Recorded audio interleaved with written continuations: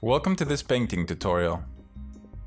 How's it going, everyone? Welcome to this video. In this video I'm going to show you how I painted my Exalted Scythe Kill Team Necrons. This one is Xeoptar the Great, Immortal Kill Team Leader with Tesla Carbine. This character and his data card, you can find it on the Kill Team Exalted Scythe Necron starter set, but you could build it from any other Necron Immortal set. You can use this color scheme to paint your Exalted Scythe Necron Kill Team or your 40k army, or change the colors around to make your own color scheme. It's rare for me to find a color scheme that I like other than the original all metal scheme, but this one is fun and it looks very cool in my Kill Team games. I hope you like this video and I will start painting. Because most of the color is silver, I'm going to start with a black base and all of the other colors won't have much of a problem to cover. I'm going to use surface primer black with an airbrush in all of the model. The airbrush gives the best finish, but you can use any rattle can or any other primer that you want. I would recommend going with black because it's easier. I'm going to start by painting all of the metal parts on this Necron Immortal, and I'm going to use Leadbelcher to do that. I'm going to use a base coat brush and start painting it all over the metal areas of this model. If you're not sure which parts are going to be metal and you paint a little bit on areas that you shouldn't have, it doesn't really matter as long as you apply thin coats. You can decide later to paint some places red that you've already painted with this color. Because this one's the leader and I wanted to stand out a little bit more than the others, he's going to have the most parts painted in red. But you can mix and match and paint some parts on metal, some parts in red to make your kill team look different and to make it easier to distinguish between members of your kill team. You want this base coat to be very strong and very well painted. You want it to be as even as you can, so giving it a second or a third coat with this color is going to be very useful. Once that's done and we have a very strong coat of Leadbelcher, I'm going to use Nuln Oil, and with this color I'm going to shade the entirety of the places that we've just painted. We want a very dark metal color. That's the way I look at it on the pictures from the starter set, so I'm going to give it a strong coat, a very heavy wash, and let it settle on the recesses. We want it to be very dark with very bright edge highlights. So we're going to go with this, and that's it. Next, I'm going to go back and paint all of the other places that I didn't paint with silver, and I'm going to paint them red with Mephiston Red. And with this color, I only want to paint for this model just the torso, the shoulder pads, and the upper part of the leg. You can paint different parts for different models. I would recommend you doing that just because you need to differentiate between kill team members, and if you have any specialists, they should be unique in some way. Painting some of the armor pieces in red or in silver and mixing it up is going to make it easier to distinguish them. It's also important to be careful not to paint on areas that you want to keep silver like we did. And that's why I'm using a small detail brush on the places that are hard to reach and leaving the crevices on the dark black color and trying to not to paint on the places that we've already painted silver. But you also need to paint with thin paint so that you don't create any texture or paint crumbs or anything that looks weird when it dries and you're using very thick paint. So thin your paints and give it a couple coats, and that's going to be enough. Next, I'm going to start painting the green of this model, and for that I'm going to start with Caliban Green. Even though I should have painted the weapon in black first because it's already black, but I want it to be the same black as Abaddon Black or the Vallejo model color black that I'm using. Because if I make any mistakes, I want to be able to fix it and it looks the same black as the other one. I went in and I started painting this Caliban Green into all of the green areas first, but you could paint it black before I do this, just to make sure it's not that difficult to do it afterwards. This color is mostly establishing the green parts on this model, and it's going to be useful as the darkest green on your glowing greens, so it's important. but you start with a base coat with this, just covering the whole thing. It doesn't matter if you go overboard a little bit, it's going to help give to the glow effect a little bit of extra punch. Next, I'm going to use the model color black, and with this color I'm going to color in all of the places that I want to stay black. This is because I want the finish to be the same all throughout the blacks, and I don't want any difference on between them. So if I need to clean up, and I do, because around the arm I painted a little bit of silver around both arms. So I'm going to start cleaning that up with this color, and I'm going to paint the majority of other places that I want to be black with this color. If you can do this before you do the greens, it's going to be a little bit easier. You don't have to go around them. But I messed up a little bit, so that's what I'm doing here. Once that's done, I'm going to color in the gray on the forehead of this model. I'm going to use Celestra Grey. We're trying to reach white, but this color is going to help us get there. I'm going to use this color to paint the forehead of this model and use thin down paint. And very carefully, not too thin that it runs into those crevices, but thin enough that we can apply it smoothly and easily. It's not a lot of area, it's a small area, so it's easy. Just make sure not to paint on areas that you don't want to. If you go over those little ridges on the sides of this area, you can paint with a little bit of black on those places so it looks neat, and apply a couple coats and it's going to be good enough. Once that's done, I'm going to start washing those greens with Biel-tan green, and with this color I'm just going to go with those recesses so that they go very, very dark, and this is going to help us with the glowing effect later on. So just try to reach all of those crevices and give them a good wash of Biel-tan green. Next, we're also going to use a wash of Agrax Earthshade, and this is going to go only on the crevices on the red. I'm not going to color in the whole thing, although you could. You will need to clean up again with Mephiston Red, because I don't want to do that. I'm just going to use a small layer brush, and I'm going to paint this into the crevices and all of the cracks and all of the places in small corners where you can settle a little bit of this wash. I'm going to give them a little bit of an edge or a crevice wash or a pin wash, and just make sure that those crevices are very dark. Once you reach this point, I think this is a good tabletop ready model, and you can use it like this in your games and it's going to look very good.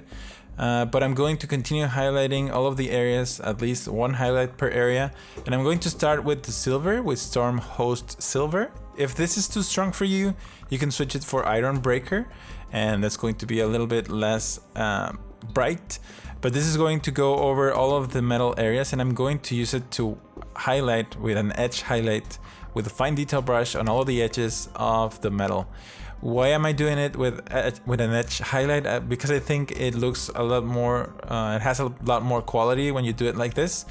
You can do it with a dry brush if you want, although it's going to be a little bit more messy and it might undermine the very dark metal that we've already painted. But you can do it like that if you wanted to do it a lot quicker. You can do it like that, and this is how I did it. Next, I'm going to start highlighting the black with Eshin Grey, and I don't really typically highlight black for my tabletop models unless it's a character or someone important. I don't like highlighting black, so I don't do it that often, but if you want to do it, I'm going to use this color, Eshin Grey, with a small layer brush, and I'm going to pick up all of the edges with this color. Try to use the edge of the brush or the tip of the brush depending on the area when you feel more comfortable. Brace your hands, use a little bit of water. You can use drying retarder to help your paint stay wet for longer. But just to try to pick all of those edges and move around the Tesla carbine, and you'll be good. It's okay if you go a little bit broad with those edge highlights. You can fix it with Dawnstone later. This is going to go only over all of the sharpest edges of the black, and this is going to be over all of the corners or the sharp edges of this Tesla carbine, or all of the black parts that you want to paint on your Necrons. And this is going to give it a very strong edge highlight that is going to make it pop, and it's going to make it look a lot more three-dimensional, and it's going to look pretty cool. Once that's done, I'm going to move on to paint the green, and for that I'm going to start with Warpstone Glow. And for the cable behind the Tesla carbine that goes to the back of the spine of the Necrons, I'm going to just color in the whole thing and leave the recesses on the previous color, trying to build up a glowy green going to the most prominent parts. And on the vents on the Tesla carbine, I'm not going to actually paint those vents. I'm going to edge highlight the outer part, giving it a glowing effect that I'm going to complete in the next step. For the cables behind the Necron Immortal, you might want to paint it in different coats, and this is going to be good because it's going to make a transition of color if you use thin paint, and the color won't cover that well. So you let it dry and you come back and give it an extra coat, and then make sure to build up a little bit more intense on the most prominent parts and leave the recesses on a darker color. Also, don't forget to paint those eyes. Next, I'm going to move on to use Moot Green, and with this I'm going to complete the effect on the green.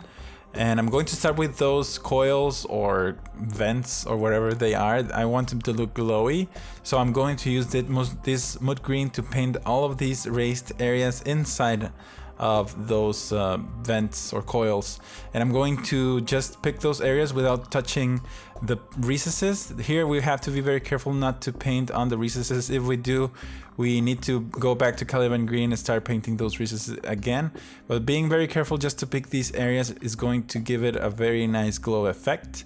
Also, on the cables, you just have to pick the most raised parts and paint a small line on those, and that's going to complete the effect for those areas. Just pick the sharpest areas and the places facing the light and just paint straight lines on here and there, and that's going to complete the effect.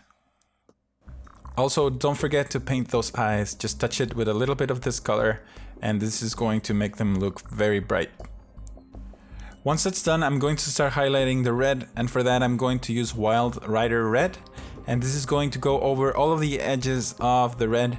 Try to make as thin as a line as you can. If you go a little bit broad, don't worry about it. You can use a little bit of the Mephiston Red later and push it back to the edge with a little bit of paint.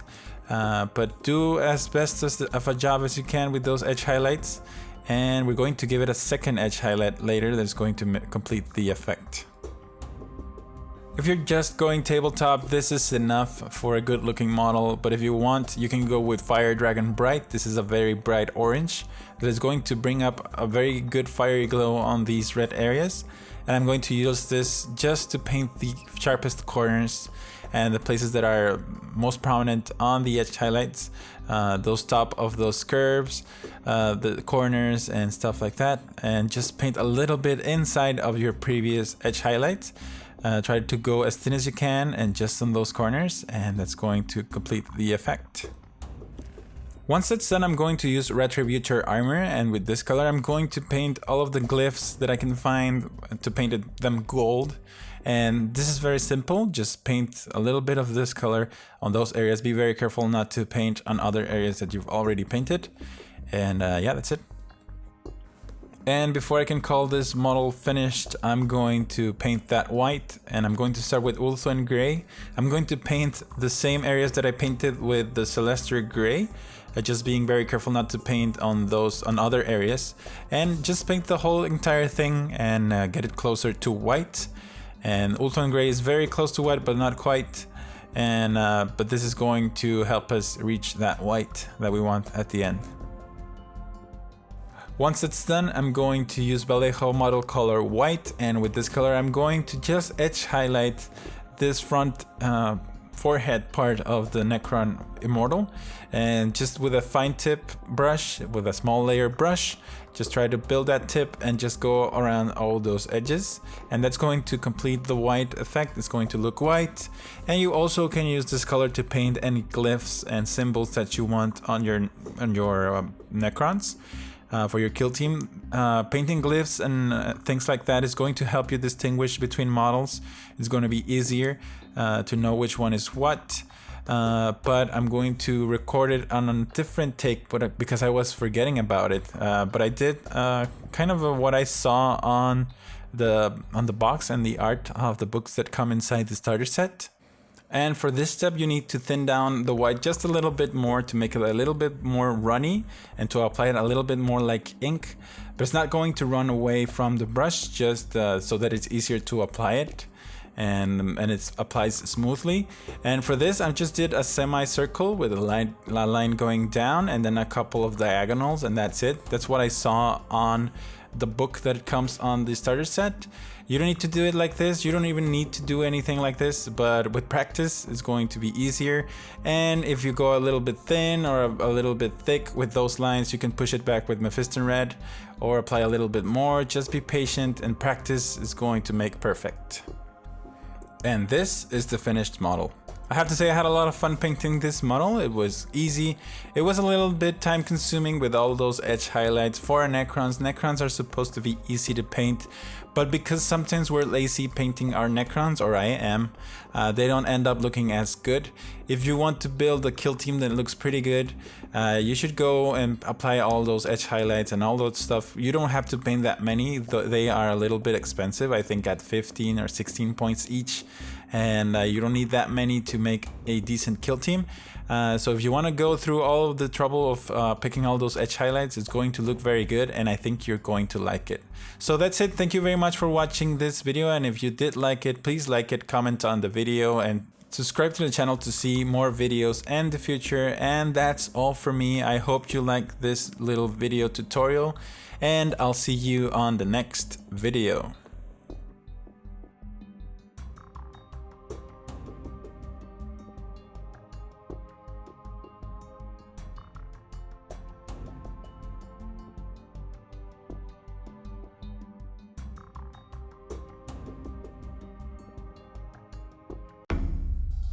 You stayed. Great. Thank you very much for supporting my channel, and if you would like to become a patron, there is a link to my Patreon page in the description below. Your contributions help pay for my work and keeps the channel going. A single $1 a month is more than enough, and you can cancel it at any time. If you can't, don't worry, you can support my channel by simply watching my videos and sharing them with your friends. Thank you for watching, have a great day, and I'll see you on the next one.